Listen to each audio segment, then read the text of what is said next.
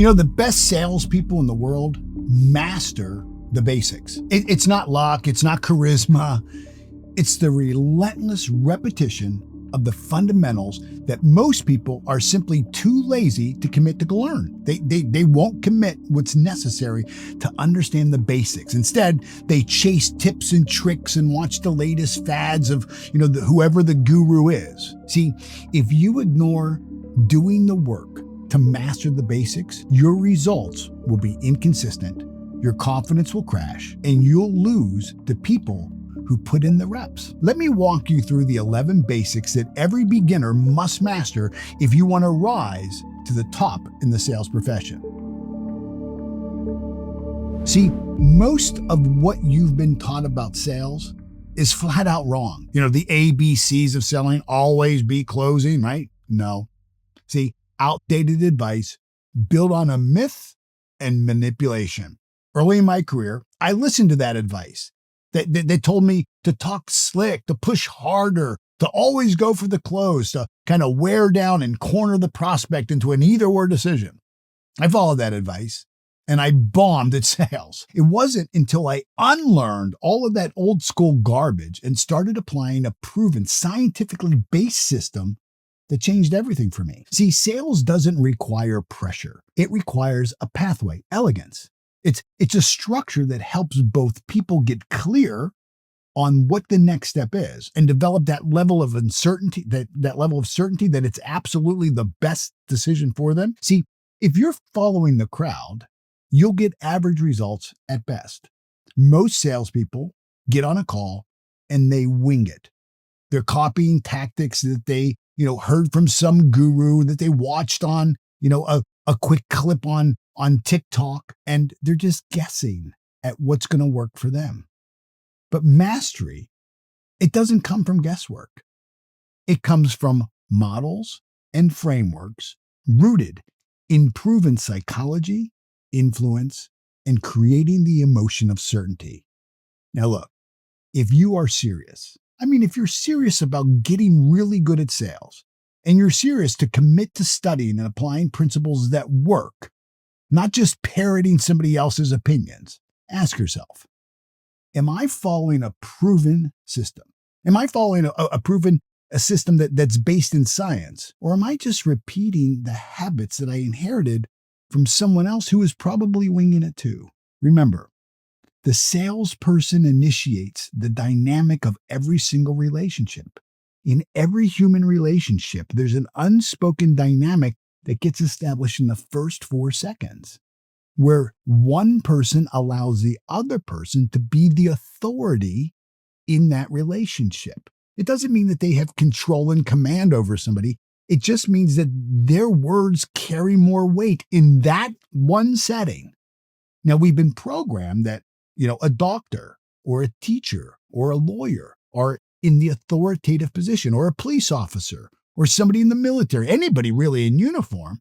We've been automatically programmed just to default to allow that person to be the authority figure. But in a sales dynamic, you're probably not going in with a badge and a uniform. So you have to initiate this dynamic yourself. And that starts with you deciding whether you're going to play small or you're going to step into mastery. Are you going to do the work that builds the confidence and the belief system inside of you? You have to have certainty inside of you that you're the authority and the expert. Go ahead and write down the last 3 pieces of sales advice that you were given. Think about it. Which of them is really serving you? And which are the ones that are holding you back? See, the media paints salespeople as pushy, loud, slick, manipulative. That's poison. I used to think that I had to be a funny guy, cracking jokes to win people over, to be likable. All it did was make me look unserious. When was the last time your doctor joked around or your lawyer joked around? They don't. They maintain rapport. See, real sales professionals project a calmness, a level of certainty and authority about the product and the service that they provide. Success comes from being systemic more than charismatic. See, when you follow a structure, a proven structure, You'll outperform the loudest extrovert in the room. Certainty, emotional certainty, isn't about being louder. It's when your emotional state matches the confidence that you want your prospect to feel. People don't want a friend when they're calling you up to learn about what your product or service can do. They're not looking for new friends. What they're looking for is an expert, an authority figure. If your doctor acted like your drinking buddy, would you trust him with your surgery? Of course not. It's the same with sales.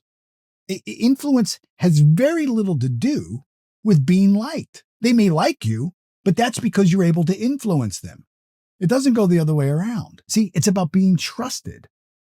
When you build rapport by leading from an authoritative position, not entertaining or pointing out commonalities that, you both went to the same location for vacation or you both had the same type of dog, that's all commonality.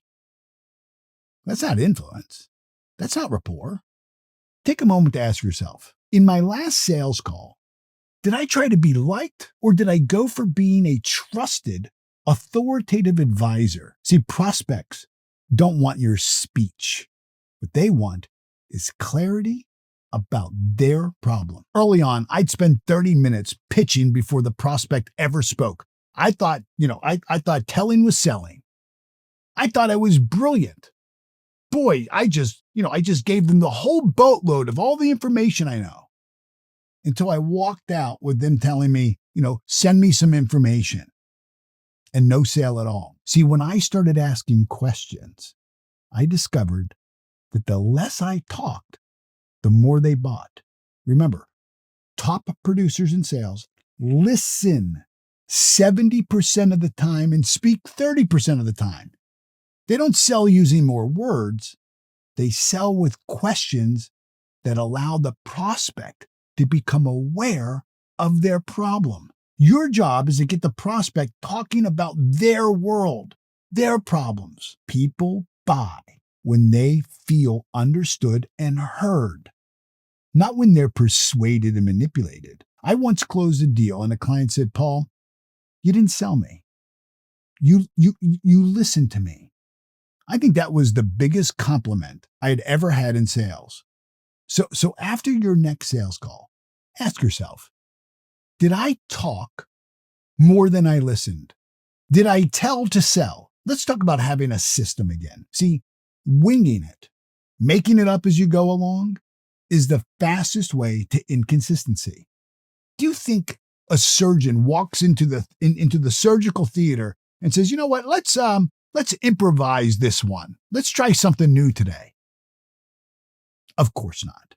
Why would you ever want to improvise mid-sale? See, the Martinelli sales method is a science-based 11-step sales model that works because it's predictable. It's a systemic pathway. It builds rapport, certainty, micro-agreements, handling all the objections, closing. Every single step of the system has a specific commitment objective. Every step has a purpose. See, systems free you from the pressure because you always know what comes next, regardless of what they say. When you trust a process like that, you know what you can do? You can stop thinking about what you're going to say next and you can focus on the person in front of you.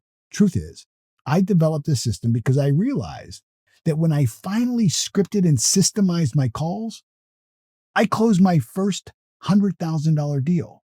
Before that, I had lost dozens of opportunity simply because I didn't know the structure of the conversation. Now, my question for you is this. If you don't have a system, when are you going to commit to starting to use one that's proven to work? See, doing research on your prospect shows them respect. Don't show up to a call knowing absolutely nothing about the company or the person. Nothing's more insulting to somebody than when you come in as a sales professional and say, tell me about the company. What do you mean tell you about the company? You didn't do the 5 minutes of preparation to understand who we are and what we're working on and towards. 5 minutes of preparation creates instant differentiation between you and everybody else that they're going to talk to that day. On LinkedIn, look at what articles they've shared. Reference that. That shows that you care. Prospects feel it when you know that you've done your work. It makes the difference that pays off. When I mentioned a client's keynote speech in my opening line, they said, you're the only one who bothered to even watch it on YouTube. I believe that moment won me the sale. Now, look, before I go on, I want you to grab a tool that I believe will change the way you sell. It's called the Sales Energy Assessment. And here's why it matters. See, you can master all the tactics that I'm going to teach, but if your energy is out of alignment, if you're broadcasting scarcity or doubt or uncertainty or fear, your prospects feel it. And you know what they do? They simply pull back. This assessment takes less than 5 minutes, but it will show you exactly where your energy is misaligned and how to fix it. It will help you reveal the hidden beliefs and blocks that silently sabotage your success. And it gives you an immediate step-by-step shift into confidence and certainty. So don't just keep learning techniques. Get your energy right. Now, the link, my team put it right below the description. Download it now and use it alongside what I'm teaching here. See, the next key to success is to learn how to ask questions. See, questions are the engine of discovery. The quality of your questions determines the quality of your sales results. Don't ask generic questions. Don't ask yes or no questions. Ask questions that don't only uncover information, they uncover emotion. Remember, sales is an emotional game. We buy on emotion and we justify the buying decision with logic. What keeps going? What's keeping you and your team up at night? That goes deeper than, what are your goals? Questions position you as an advisor, not a vendor. Vendors pitch, advisors probe. I once asked a CEO, what's the cost of doing nothing here? What's the cost of doing nothing? And I just let that question sit. And he let it sit too. He paused for about 30 seconds. And he said, if I'm honest, it could be millions. Exactly. Let's not let that happen. See, that one question and me waiting for it and then affirming exactly. Let's not let that happen. I think that closed the deal. Do yourself a favor. Make a list of 10 questions that lead to emotional discovery, not some, surface level chatter. Here's a big one. Don't fear losing sales. Fear and desperation weaken your presence. It lowers your energy and people feel it. If you feel that, you need this deal to pay the rent, you've already lost the sale. If you can detach yourself from the outcome, you actually regain your power. Paradoxically, the less you need it, the more you win. See, my energy is always, look, I would love to do business with you, but I don't need to do business with you. Like whether you buy or not, whether you buy my sales system or not, trust me, the Martinelli family is going to be okay. We're still going to Rome this summer. We're still going to travel the world. Our kids will still be, in private school. We're going to be okay whether you buy or not. So ask yourself this. What are you clinging to on every single sale out of fear? And what's that costing you? Remember this. You're not beneath your prospect. You're not going there and thank you so much for your time. You're equal. You want to be their peer. You're not there as their servant. You'll serve them, but you're not their servant. Certainly, you will absolutely want to serve them, but you're not going to worship them or beg them to do business with you. Don't reduce yourself to desperation. When you lower yourself, you lose authority. And influence requires that level of equality, and then you being the authority. Persuasion isn't about pushing. It's about guiding. It's not something you do to people. It's something you do for them. Your job isn't to convince someone who doesn't need you. If you go into convincer mode, you lose right away. See, I'm convinced that I can't convince anybody of anything. And if I do convince them, I'm going to have to keep convincing them. Your job is to uncover if they're the right fit. And if there's no fit, you have to be willing to pull that ripcord.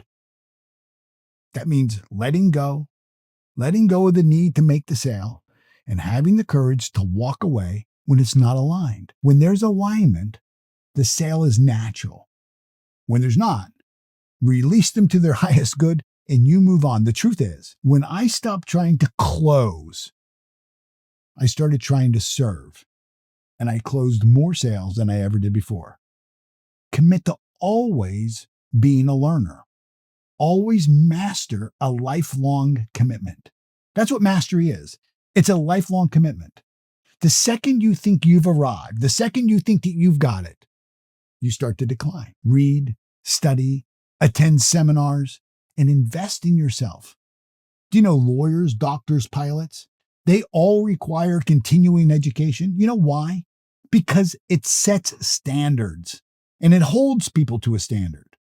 Why should your sales career be any different? I've taught the book Think and Grow Rich more than any other person, living or dead.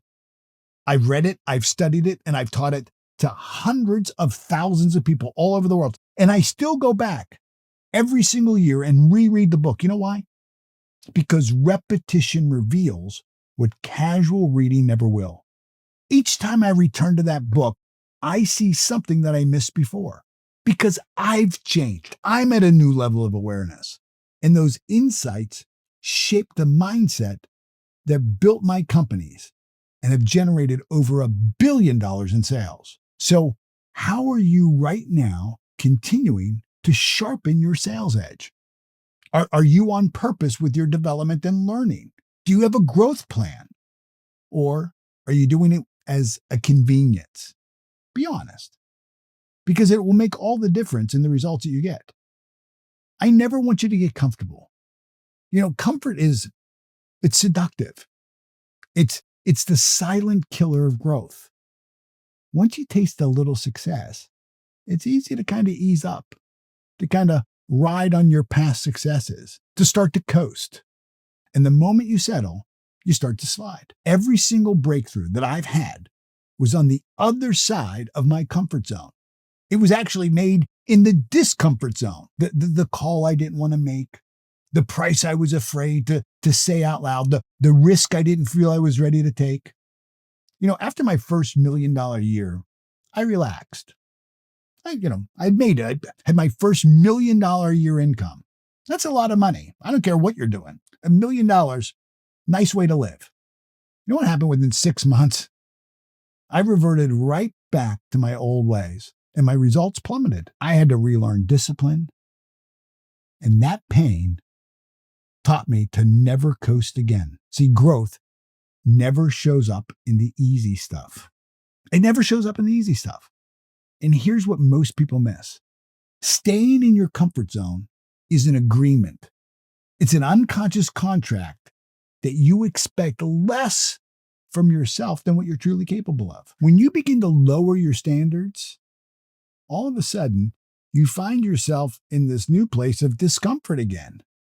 You start to struggle. See, you're trading long-term fulfillment for some short-term ease, and in the long run, that puts you right back in this place of discomfort. But if you want to keep expanding, you have to stay a little bit on the growth line all the time, always on the edge of the next new becoming of yourself, your next stretch. You have to stay hungry. See, growth gives you this edge that you can live on. Now, that edge is scary. I personally feel like if you're not living on the edge, you're taking up too much space. See, these basics, they're not glamorous. They're not trendy, but they are the foundation of every 7-figure sales career that I know. If you ignore them, you will always be chasing results. But if you'll master them and you'll build a true sales life on a rock of of certainty, of commitment, not the quicksand of, the next gimmick. The truth is simple. You'll never outperform your own self-image. Master the basics, and your self-image rises with every single win. Now, if you haven't already downloaded the sales energy assessment that I created, I'm telling you, it will help you identify and eliminate the hidden blocks that keep you from applying these basics. The link is in the description below. And once you've downloaded it, I want you to come right back and I want you to watch the next video. How to read a script without sounding scripted. That's where I'm going to show you how to take everything you've learned today and deliver it with authenticity, with confidence, and with authority. Absolute certainty. I'll see you in the next video.